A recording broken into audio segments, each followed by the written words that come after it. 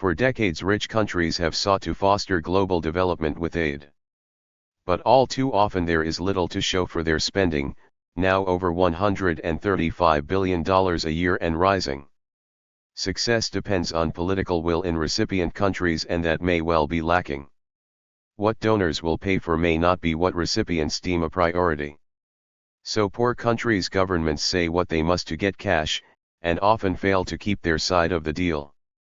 Aid to build schools may be used to give fat contracts to allies, and the schools left empty. Ambulances bought by donors may rust on the curb, waiting for spare parts. Now donors are trying a new approach, handing over aid only if outcomes improve. Cash on delivery sees donors and recipients set targets, for example to cut child mortality rates or increase the number of girls who finish school, and agree on how much will be paid if they are met. Conventional approaches still account for the lion's share of international aid. But several countries, including Britain and Norway, and big private donors, including the Bill and Melinda Gates Foundation, are experimenting with cash on delivery. At the moment, donors fearful of theft or waste usually write detailed plans for how their money is to be spent and insist that they are followed to the letter. But watchfulness may make little difference. Laying a square meter of road costs the World Bank over 50% more in countries where firms report paying bribes above 2% of the value of contracts than in ones where such payments are reported to be lower, even though its anti-fraud measures are equally stringent the world over. In cash-on-delivery schemes, recipients choose their own paths towards their targets, subject only to basic rules, such as respecting human rights. A sterilization program, for instance, could be a good way to reduce deaths in childbirth, but participation must be voluntary. A government that signs up starts by using its own money and existing aid.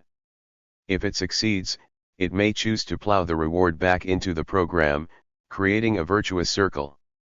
Elements of the model have featured in several recent government-funded health, education, and environmental aid programs.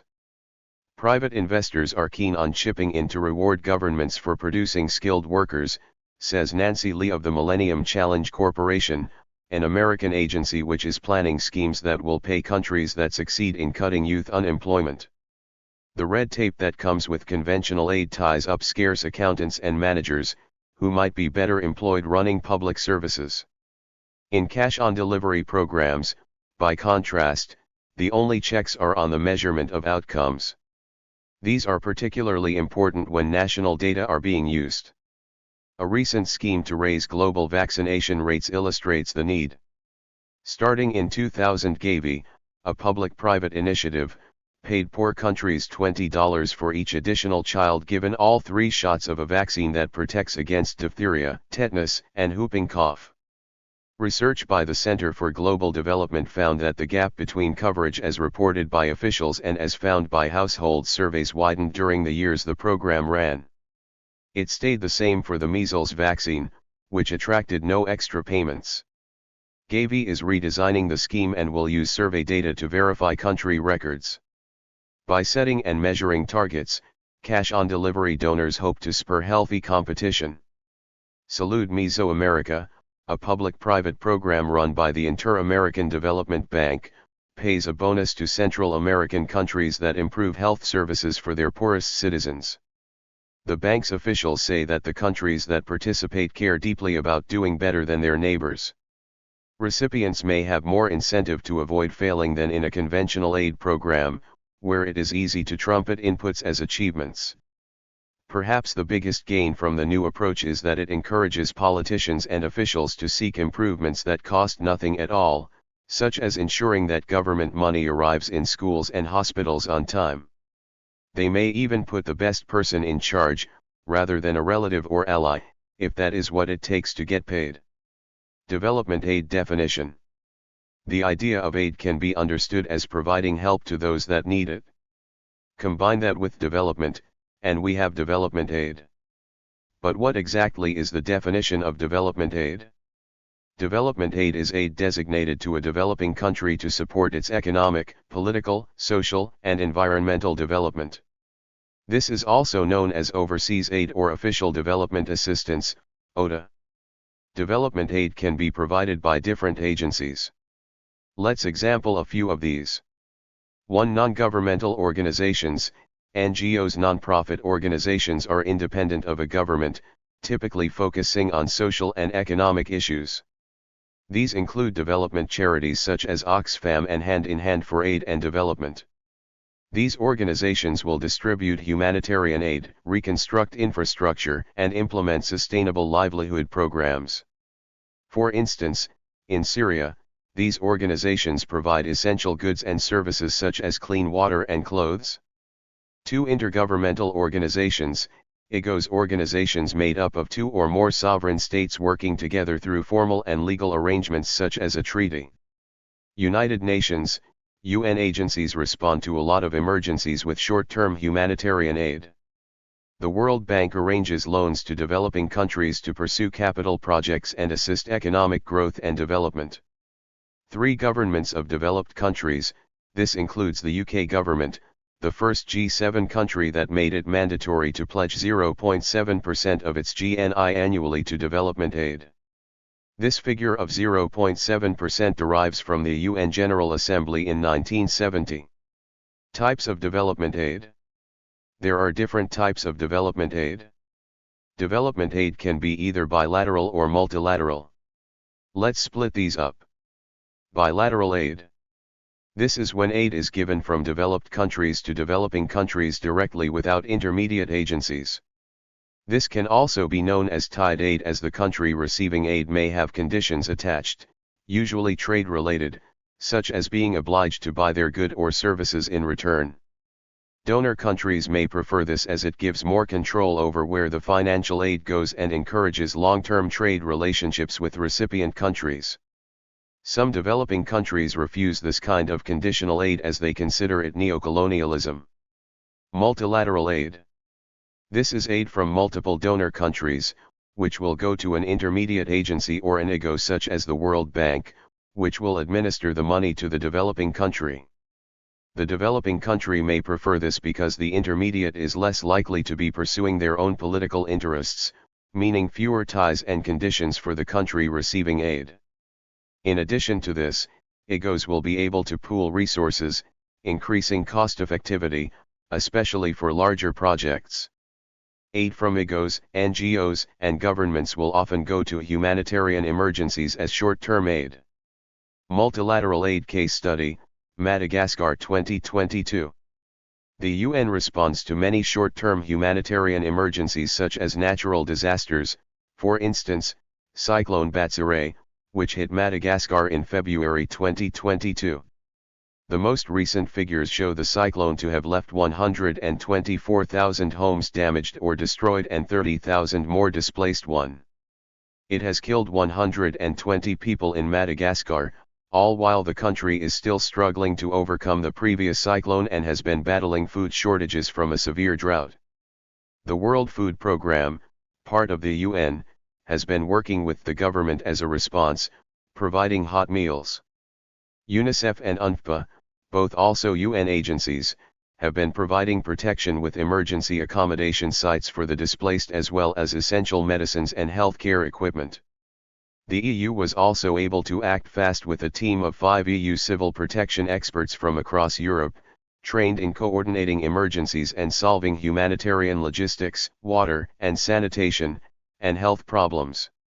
UN and NGOs have landed in Madagascar to support relief efforts, thanks to the European Union, which has facilitated the necessary humanitarian air bridge, UN spokesperson 2. To get top marks in an essay, apply a case study outside of conventional textbooks to prove your contextual knowledge and application skills. Remember to meet your assessment objectives. For an example of a development aid project, we're going to take a look at Haiti. Background: Haiti is an island in the Caribbean Sea and is at risk of multiple natural hazards, mainly earthquakes and hurricanes. Its relatively poor population and low HDI, ranking 163 out of 188, gives Haiti the nickname of the Republic of NGOs. The Haitian earthquake in 2010, which killed over 220,000, led NGOs, IGOs, and governments across the world to respond with aid. NGOs. Oxfam responded by providing clean water, shelter, and sanitation immediately following the earthquake. Their focus soon shifted to funding rebuilding efforts and growth projects. The Red Cross sent hundreds of personnel on the ground and established field hospitals. IGOs. The World Bank has further provided an amount of $100 million to support Haiti's recovery and reconstruction following the earthquake. The EU had pledged €122 million in humanitarian assistance with €30 million in an emergency relief package. Governments. The US government contributed $1.3 billion in humanitarian assistance as well as a further $2.2 billion in recovery, reconstruction, and development projects. 3.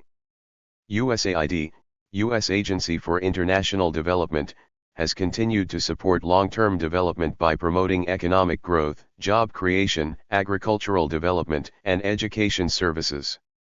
In 2020 alone, USAID secured 1,900 hectares with improved management technologies in agriculture for. The UK donated $10 million as well as pledging another $22 million in aid. Development aid economics. We can think about development aid economics through the idea of trade. One method of donor countries giving aid is through trade, or aid for trade. This bilateral aid will promote diplomatic relations between the two countries to trade their goods and services, which will open the developing country to advance their economies. A lot of low-income countries will lack the infrastructure and ability to compete in a global market. Having access to this market can allow the country to import and export goods and services, consequently encouraging more manufacturing, innovation, employment, and even potentially establishing comparative advantages.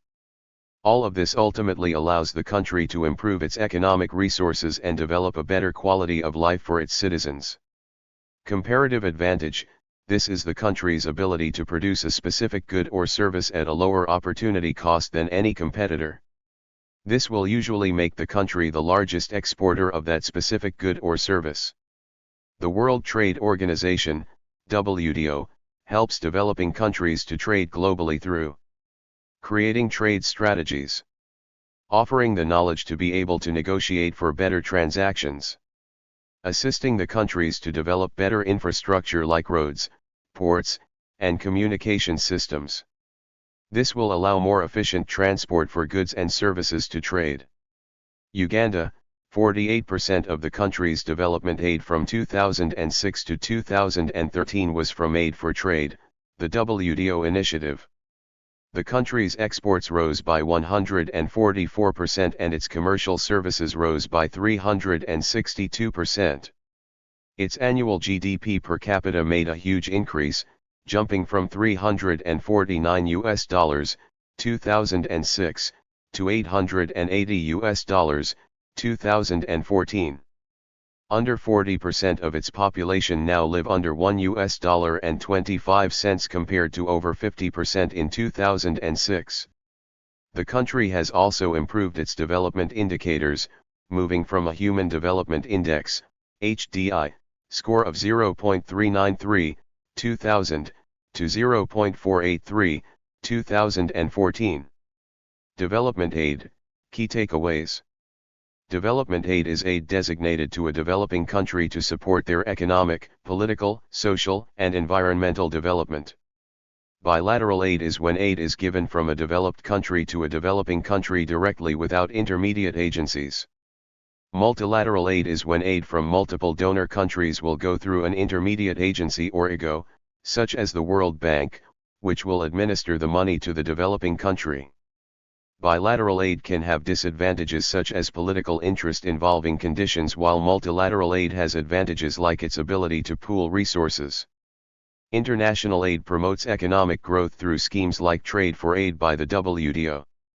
Foreign aid refers to the international movement of money, services, or goods from governments or international institutions for the benefit of the receiving country or its citizens. Foreign aid can be fiscal, military, or humanitarian and is considered one of the significant sources of foreign exchange. Foreign aid is the voluntary movement of money or other resources from one nation to another. The transactions are mostly from developed countries to developing countries. A developing nation typically lacks a strong manufacturing base and is distinguished by a low value of the Human Development Index, HDI. Foreign aid may be offered as a contribution or a loan, which can either be a hard or soft loan. If the loan is in a foreign currency, it is termed as a hard loan. Foreign aid may require the transfer of professional advice and training, or commodities, or financial resources. Financial resources can occur in the form of concessional loans or grants, such as export credits. Official development assistance, ODA, is the most common form of foreign aid, which is the help provided to support development and to fight poverty.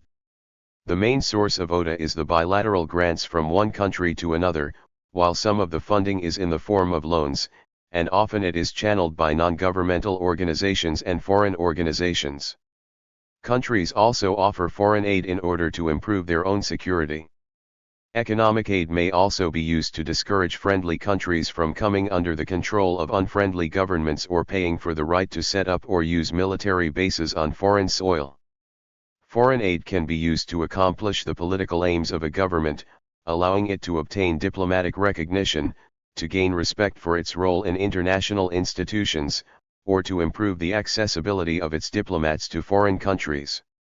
Foreign aid also seeks to promote the exports of a country and spread its literature, culture, or religion.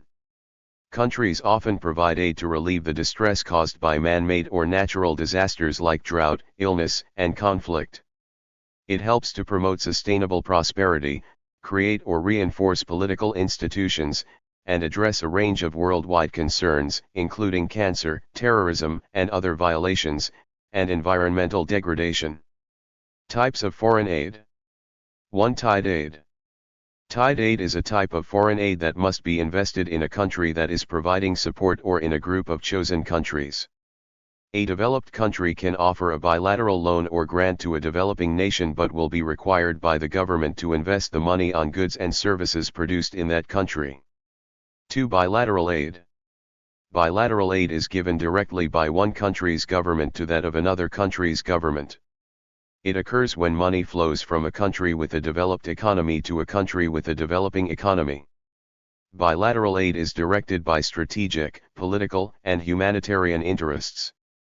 This is meant to further foster democracy, economic growth, peace, and sustainability of long-term programs. 3. Multilateral aid.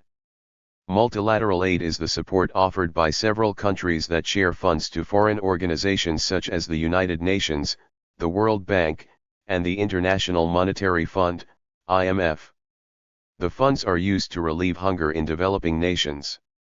While the sector represents a minority of financial aid of the U.S., the donations provided by the country make up a large proportion of the donor funds obtained by the organizations. 4. Military aid. Military aid typically allows the recipient country either to procure weapons or security contracts directly from the U.S.